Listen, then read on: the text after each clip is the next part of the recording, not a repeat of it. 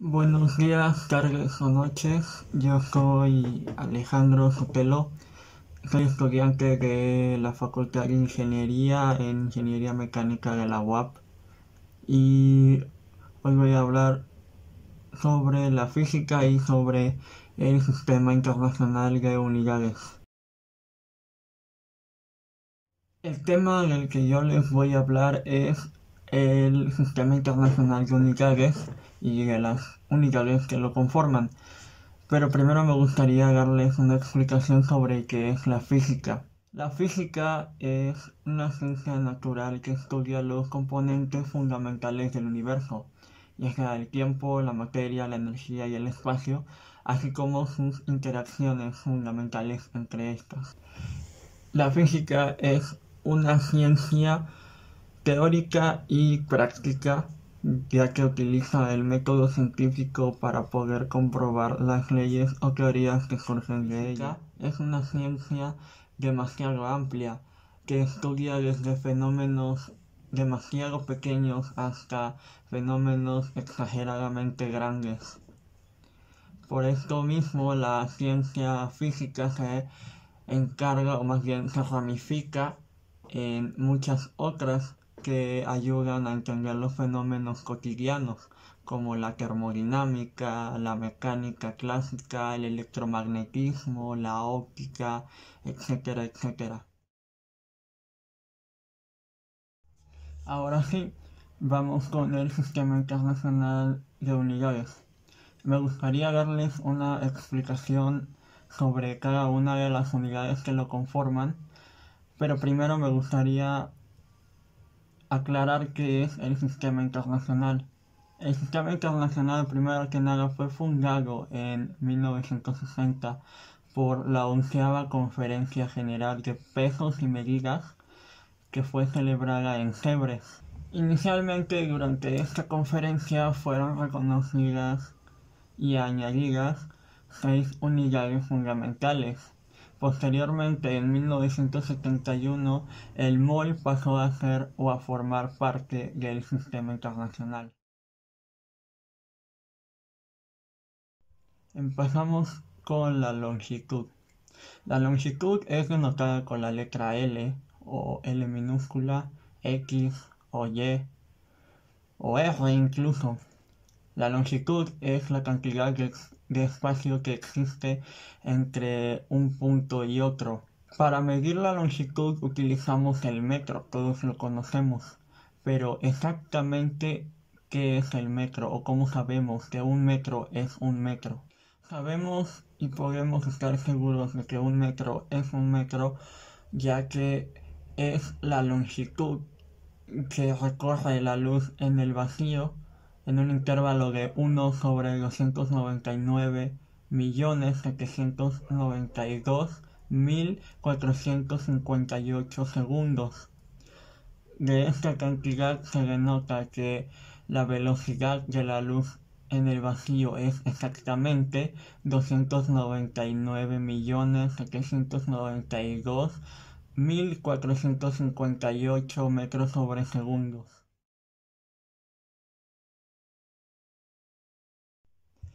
El tiempo es la dimensión física en la que un cuerpo pasa de un estado de agregación a otro. También puede ser descrito como el periodo en el que transcurre un hecho a otro. Para medir el tiempo nosotros ocupamos el segundo y lo ocupamos sin siquiera saber realmente cómo un segundo es un segundo. Pues bueno, la definición más reciente y actual de el segundo está basada en el tiempo atómico y la última definición para darle significado a lo que es un segundo fue en 1967. Desde ese entonces definimos el segundo como la duración de 9.192.631.770 periodos de radiación del isótopo 133 del átomo cesio a una temperatura de 0 Kelvin. Quiero tomar el tiempo atómico ya que anteriormente se utilizaba como referencia el día, la noche, las estaciones. Entonces decidieron tomar un fenómeno fundamental aquí en la Tierra para que el tiempo fuera más exacto. Bueno, pasamos a hablar sobre la masa. La masa es la cantidad de materia que tiene un cuerpo dentro de sí. Para medir la masa de un cuerpo ocupamos el kilogramo y pues lo que se hace es calcular la masa o medir la masa, no el peso. El peso es otro concepto diferente, ya que el peso es la fuerza con la que un cuerpo es atraído hacia el centro de la Tierra. ¿Y cómo sabemos que un kilo es un kilo? Bueno, se utilizó anteriormente, recientemente se utilizaba el prototipo del kilo que estaba en Francia, resguardado bajo creo que 3 cúpulas de cristal que lo protegían así de la erosión, de cualquier cosa que fuera a desgastar el prototipo. Pero últimamente, pasando el tiempo, a pesar de las medidas de precaución que ha tenido este prototipo, ha sufrido un leve desgaste, lo que provoca un fallo tenía un fallo de 0.050 microgramos. A primer entendimiento podemos pensar que no se trata de gran cosa, pero al momento de realizar experimentos a gran escala o a escala pequeña en un laboratorio que tenga las exigencias, eh, pues las exigencias correspondientes a cada experimento, este error es demasiado para poder confiar en la medición. Por eso, el 16 de noviembre del año 2018 se llegó a acordar que el prototipo de kilogramo iba a ser obsoleto y que para este año 2019 iba a cambiar.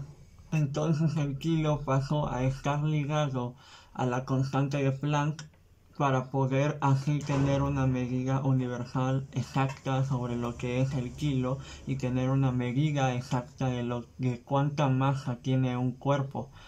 Esta nueva definición del kilo fue adoptada y puesta en vigor el 20 de mayo del 2019.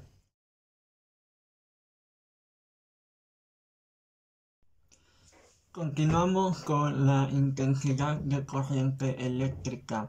Esto nos ayuda a entender el fenómeno electromagnético. ¿Qué es la intensidad de corriente eléctrica? Primero tenemos que entender qué es la corriente eléctrica. La corriente eléctrica es la cantidad de flujo, más bien es el flujo de carga eléctrica que recorre un material. Y la intensidad de corriente eléctrica es el caudal de corriente que fluye o que circula en el conductor o el material. La intensidad de corriente eléctrica la podemos medir en amperes.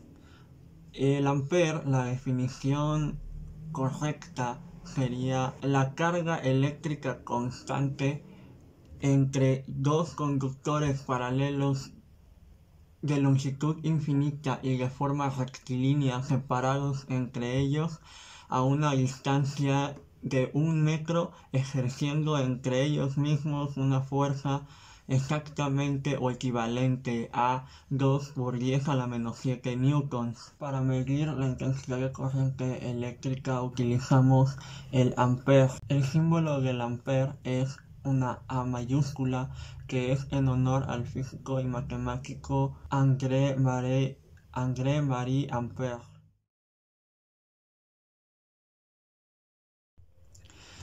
Continuamos con la temperatura termodinámica. La temperatura termodinámica es el valor de la temperatura medida en una escala que va desde el cero absoluto. La temperatura es la magnitud de energía interna que presenta un sistema termodinámico. Para medir esto, para medir la temperatura termodinámica utilizamos el Kelvin, cuyo símbolo es la letra K mayúscula en honor a Lord Kelvin. Un Kelvin es la fracción de 1 sobre 273.16 Kelvin de la temperatura termodinámica del punto triple del agua. Pero, ¿qué es el punto triple? El punto triple es el estado en el que coexisten en equilibrio los tres estados de la materia de cualquier sustancia.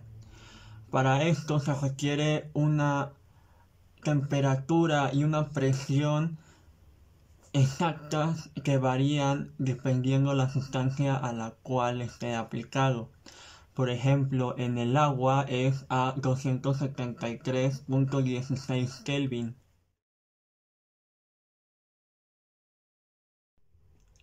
La siguiente unidad básica del sistema internacional es la intensidad luminosa. La intensidad luminosa es la cantidad de flujo luminoso que emite una fuente en una dirección dada por unidad de ángulo sólido. Esta unidad la podemos medir en candelas. Una candela es la intensidad luminosa en una dirección concreta que emite una fuente de radiación monocromática con una frecuencia igual a 540 por 10 a la 12 hercios y con una intensidad energética igual a 1 sobre 683 vatios por estereoradián.